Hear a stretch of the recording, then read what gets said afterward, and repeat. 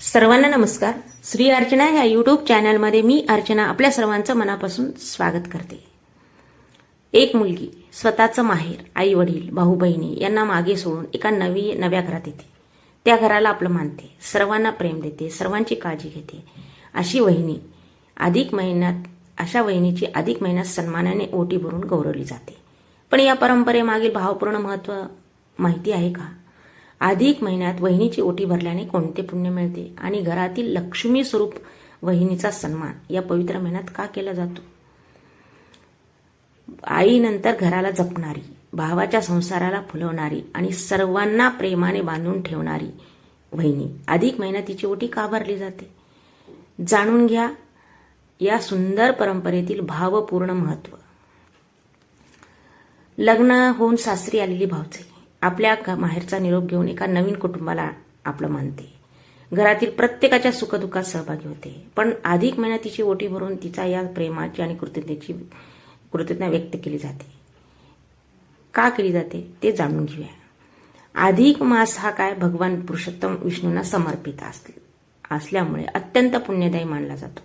या महिन्यामध्ये दान, धर्म, जप, तप यासोबतच नाती जपण्यालाही विशेष असे महत्त्व दिले जाते.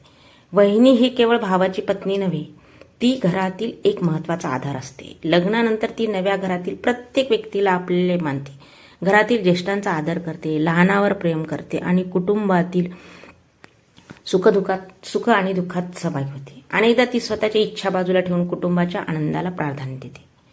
घरातील प्रत्येकाच्या गरजा समजून घेते. तिच्यात या प्रेमाची, त्यागाची आणि समर्पणाची जाणीव म्हणून अधिक महिन्यात तिची ओटी भरण्याची सुंदर अशी लोकपरंपरा आहे. हे पुराणात असं स्पष्ट उल्लेख नाही. लोकपरंपरेनं ही वहिनीची ओटी भरली जाते. तिची ओटी कशी भरायची? छोटे छोटे आपण नियम करून तिला आपण आपल्या घरी बोलवायचं. तिला तिच्या आवडीचे पदार्थ, तिच्या आवडीचा नाश्ता, तिच्या आवडीचं सगळं तिच्या आवडीचं घ्यायचं. तिची साडी, ब्लाऊज पीस, बांगड्या, सौभाग्याचं 16 शृंगार सगळं काही तिच्या आवडीचं घ्यायचं. आणि तिला आपण आमंत्रण म्हणजे द्यायचं की आधीच बोलायचं ना. सगळ्या वस्तू आपण हे तयार करून ठेवायच्या, सगळ्या तिला ओटी भरायच्या वस्तू. तिचं सुस्वागतम करायचं, औक्षण करायचं, तिला पुष्पगुच्छ द्यायचं, तिचा सन्मान म्हणून तिला फेटा घालायचा, शाल द्यायचं, श्रीफळ द्यायचं, तिच्या आवडीचं सर्व पदार्थ बनवायचे. आणि तिचा संकल्प करायचा की मी आज वहिनीची ओटी भरत आहे, पुरुषोत्तम देव मला प्रसन्न व्हावेत, असं म्हणून आपण कोणतेही करताना आपण संकल्प करायचा. आणि तिला हळदी, कुंकू, फळे द्यायचं. आणि आपण म्हणायचं सुद्धा की तू आमच्या कुटुंबासाठी महत्त्वाची आहेस, तुझ्या प्रेमाबद्दल आम्ही कृतज्ञ आहोत, अशी भावना व्यक्त करण्याचा हा संस्कार आहे आणि तो आपण करायचा.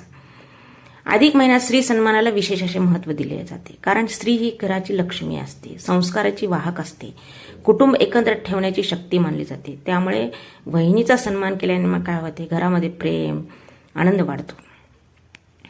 अधिक महिन्यात स्त्री सन्मानाला विशेष महत्त्व दिले जाते. कारण स्त्री ही घराची लक्ष्मी असते, एकत्र ठेवली जाते आणि तिचा सन्मान केल्यामुळं काय होतं? घरामध्ये आनंद पण वाढतो. आजच्या धावपळीच्या जीवनामध्ये अनेकदा आपण आपल्या जवळच्या व्यक्तीविषयी कृतज्ञता व्यक्त करायला विसरतो. अधिक मास मात्र आपल्याला नाती जपण्याची, प्रेम व्यक्त करण्याची आणि कुटुंबातील व्यक्तींना सन्मान करण्याची आठवण करून देतो.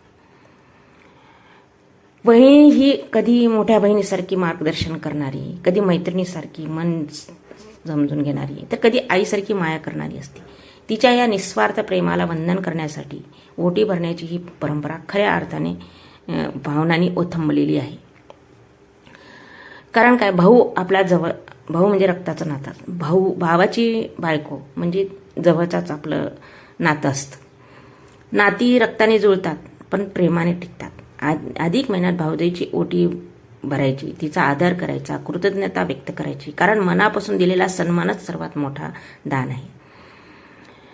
ज्या घरामध्ये वहिनीचा सन्मान केला जातो त्या घरातील नाती अधिक घट्ट होतात. या अधिक महिन्यात वहिनीची ओटी भरून तिच्या प्रेमाला, त्यागाला आणि मायेच्या सावलीला मनपूर्वक वंदन करा. कारण नात्याचा खरा खजिना वस्तूमध्ये नसतो, तो असतो प्रेम आणि आदरामध्ये. माहेर सोडून आपल्या घराला स्वतःचे घर मानणाऱ्या प्रत्येक वहिनीला कोटी कोटी प्रणाम. तिच्या प्रेमाचा, त्यागाचा आणि मायेचा सन्मान करूया. जय पुरुषोत्तम.